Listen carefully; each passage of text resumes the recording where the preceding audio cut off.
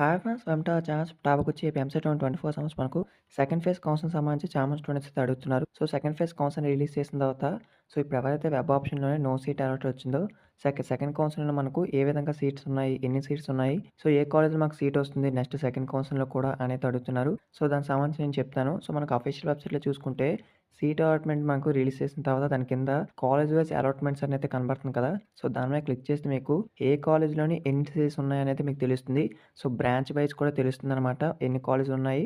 So, ఏ కాలేజ్‌లో మీకు seat కావాలో కూడా ఆ యొక్క బ్రాంచ్‌లో అనేది తెలుసుకోవచ్చు. సో, ఇక్కడ టోటల్‌గా చూడండి మీరు ఈ విధంగా మొత్తం చూసుకుంటే సో, ఏదో ఒక కాలేజ్ అయితే సెలెక్ట్ చేసుకున్నాను. సమ్ బ్రాంచ్ అయితే నేను సెలెక్ట్ చేశాను. సో, సెలెక్ట్ చేసిన తర్వాత మనకు దాంట్లోని చూడండి. దీనికి సంబంధించి మనకు టోటల్‌గాను ఇక్కడ ఈ విధంగా ఇస్తుంది. చూడండి. వన్స్ సెలెక్ట్ చేసుకున్న తర్వాత మీకు చూడండి ఇక్కడొచ్చేసి మీకు మీ యొక్క హాల్ టికెట్ నంబర్ అయితే ఇస్తారనమాట అక్కడ. అక్కడ ఎంత ర్యాంక్‌కి ఆ కాలేజ్‌లో సీట్ అలాట్ చేశారు అనేది ఇవ్వడం జరుగుతుంది. సో, యొక్క క్యాండిడేట్ నేమ్ ఇస్తారు. సో, జెండర్ అయితే ఇస్తారు. అండ్ మాకు క్యాస్ట్ నేమ్ ఇస్తారు. సో, అక్కడ రీజన్ కూడా ఇస్తారనమాట. So, allotment category. సో, ఏ అలాట్‌మెంట్ కేటగిరీ. సో, ఫేస్ అయితే ఫస్ట్ ఫేస్ కాబట్టి ఇచ్చారు. సో, ఈ విధంగా అయితే మీరు టోటల్‌గా తెలుసుకోవచ్చు. ఆ యొక్క కాలేజ్‌లో మీకు సీట్ వస్తుందా లేదా అనేది.